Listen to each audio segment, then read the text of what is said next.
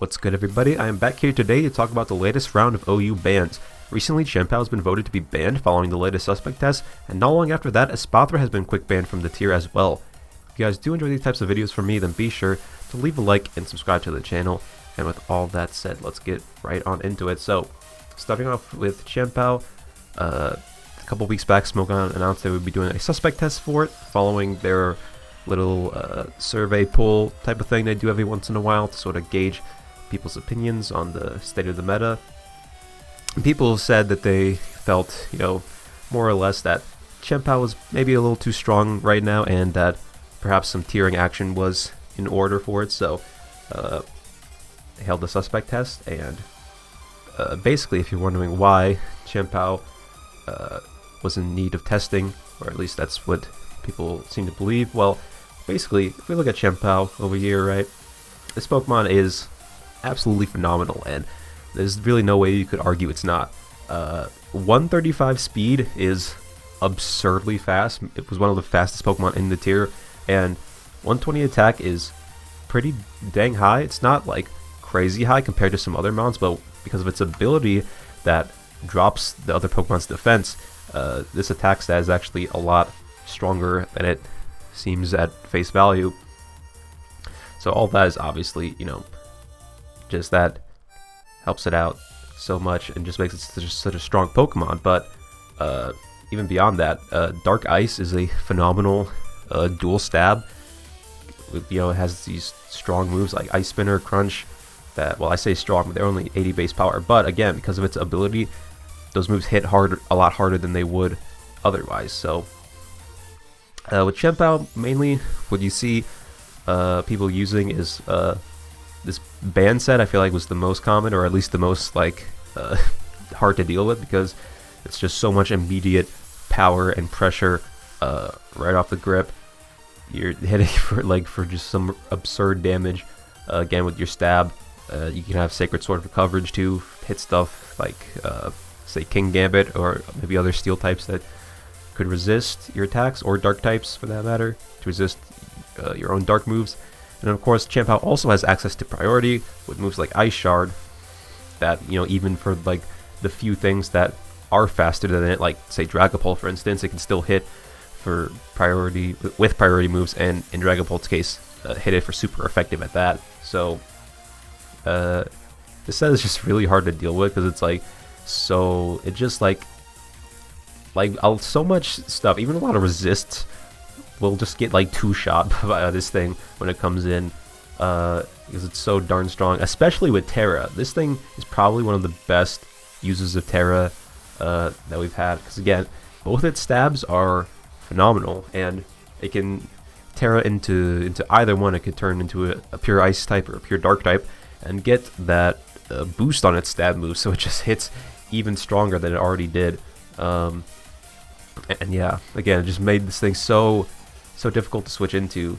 And the downside with the ban set is you did lock yourself in, so if they did make a correct play and switch into the proper resist, then that was a little trouble for the choice ban set. But the other set that was very common got around that, and that was the Swords Dance set. So obviously this set having the benefit of not being locked into one move at the cost of not having immediate power right away, and also being reliant on setup, kind of means it was more vulnerable to unaware mons, although I wouldn't say it was that bad, because two of the main unaware mons right now, like Skeledirge and Clodsire, are already weak to Chien-Pao stabs, unless they terrestrialize, so it wasn't that hard for Chien-Pao to get around them, although Dondozo was a bit of a different story.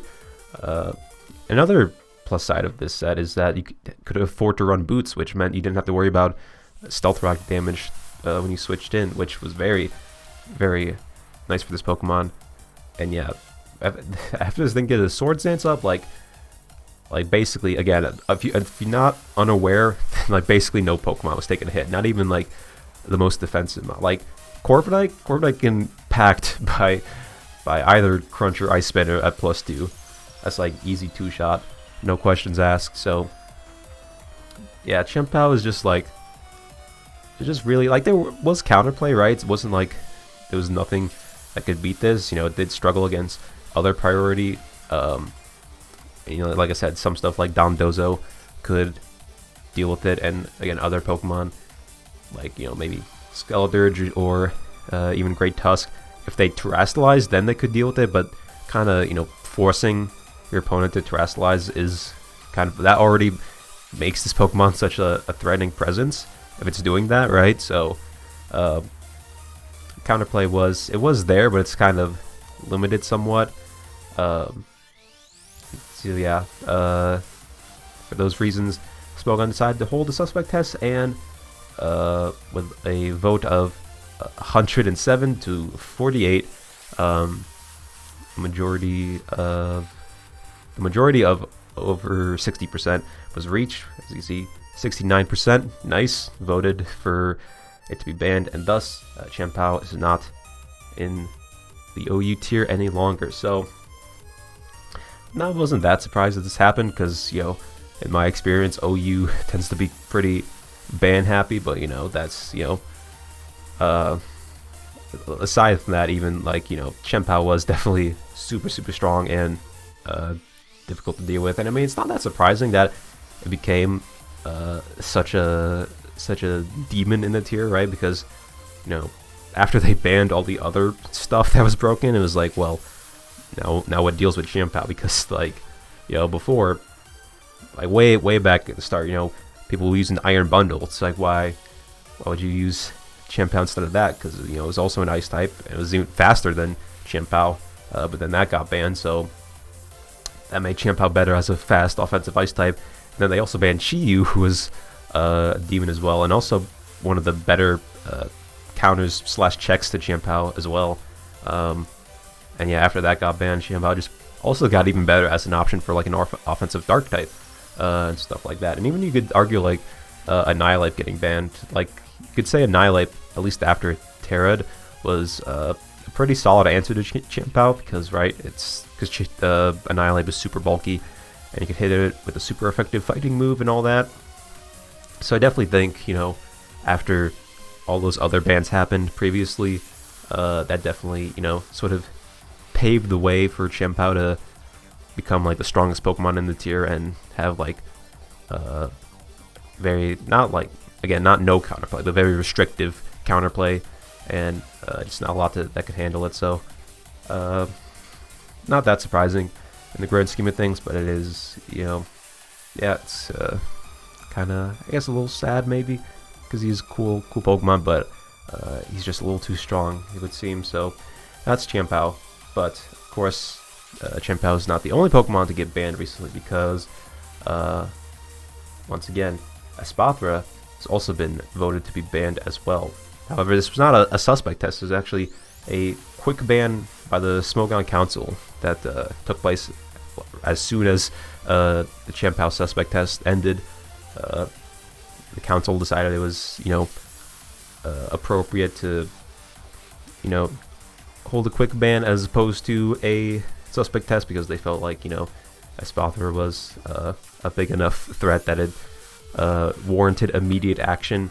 So you guys can't really see, it's kind of cut off, but basically the Espathra was unanimously, if I can say the word right, voted by the OU Council to be quick banned. Not a single person voting for it to remain legal in the tier. So Espathra, if you guys have been on Showdown, then you know what this thing does. You know what Espathra is capable of. This thing is a annoying ass Pokemon. It is so hard to deal with and frustrating. So if you don't already know what this thing does somehow, basically, right, Espathra, what it does is it has speed boost, right, which we all know is a great ability on its own. But on top of making Espathra faster than it already is, it also had the neat added effect of boosting its stored power. Because if you don't know how stored power worked, basically it starts off at 20 base power, which is not that high, but it gains an extra 20 power for each stat boost the Pokemon has. So basically, with speed boost, every single turn your stored power is going to keep getting stronger and stronger. It's going to keep having more base power added onto it. And pair that with Calm Mind, which this Pokemon also gets, which also boosts its stats and therefore makes sword power stronger. And you can see this Pokemon get out of hand quite quickly. And then, yeah, that was the main thing this Pokemon did. That was like the core of it, right? And then aside from that, you'd see it run a coverage move. You know, you see Dazzling Gleam is pretty common. Fighting, you know, like dark types and stuff are super effective. But you know, you also saw a lot of people running like Terra Blast. Like as a, you saw a lot of different Terra types. Sometimes you see Terra Blast fighting to hit again the dark types as well as the steel types. You'd see Terra Blast Fire, which actually something that rose in prominence recently, mainly as a way to hit both King Gambit and Golden Go, which were two of the Pokemon that could deal with Espathra pretty well. And then lastly, you'd have some sort of move to kind of help Espathra's durability, I guess. Sometimes they run Protect, so you can like get more speed boosts more consistently. Sometimes you'd see like Sub to block any like status or stuff like that, and just, you know, kind of make it easier for Espathra to get its boosts up. Or you also sometimes would see Roost as a way for Espathra to heal itself and to give it more longevity. So this thing is just I don't like this Pokemon very much. Let's just put it that way. And again, like Chien-Pao, this Pokemon was phenomenal with Terra, being able to change its type. Again, I mentioned Terra Blast already, but even if you didn't run that, just the Terra Fairy plus Dazzling Gleam set, that by itself just, you know, made it so much easier for Espathra to break through those Pokemon that would otherwise be able to deal with it, like dark types and stuff like that.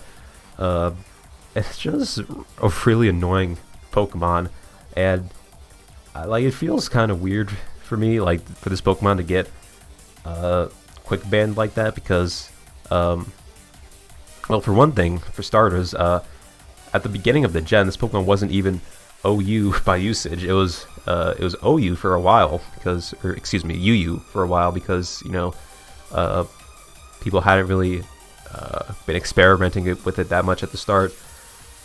And then after a while, it got banned from UU, but still was not getting enough usage in OU for it to be part of the tier until about 2 weeks ago, when the tier shift happened, where it finally had the usage to be in OU. And then, you know, after 2 weeks, it got banned, which, I mean, you know, part of the reason is definitely like, well, it hasn't seen as much usage on the ladder, at least not previously.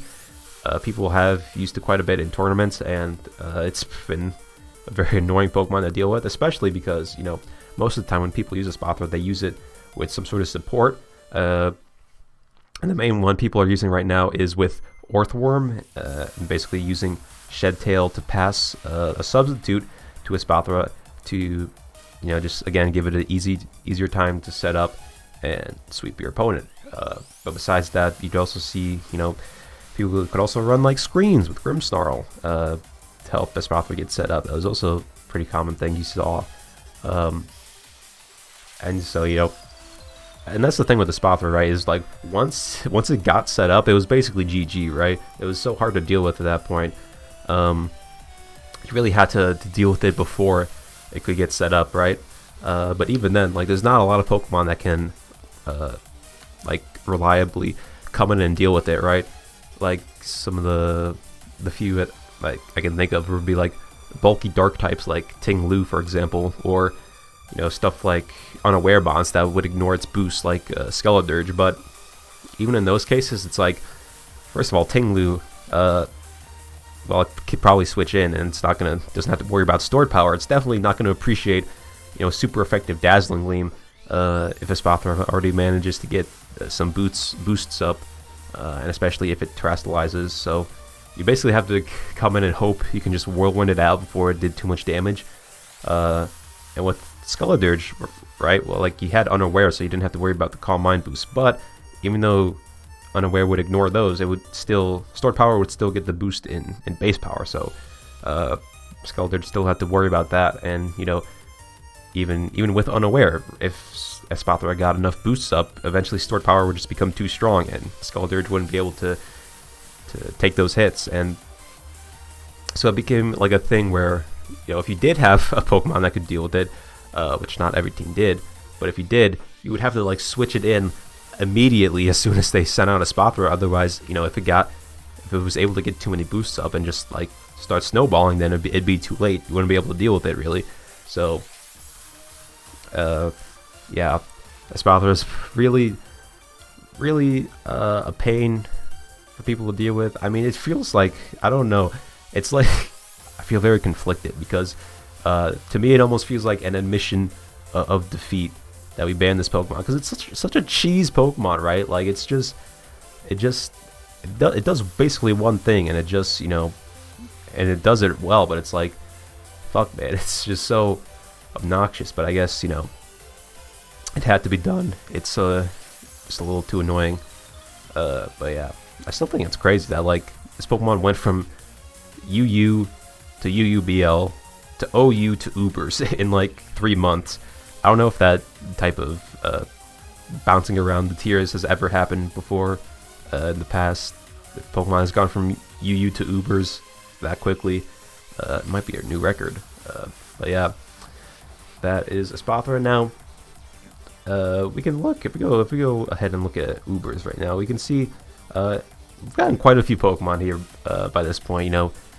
You know, first bans we got were Fluttermane and Houndstone, because those guys were crazy, and then not long after, Palafin got banned, as well as Iron Bundle, and then with the latest bans that happened before these current ones, Annihilate, Chi-Yu, and Cyclizar all got banned. So, you know, we can see a lot of Pokemon getting added to Ubers, and that sort of begs the question: is Smogon maybe being a little bit too ban happy currently with these Pokemon? Well, maybe. I mean, it's certainly an interesting thing to talk about, but I'm not so sure, because, you know, on one hand you can say yes, banning a lot of Pokemon right now.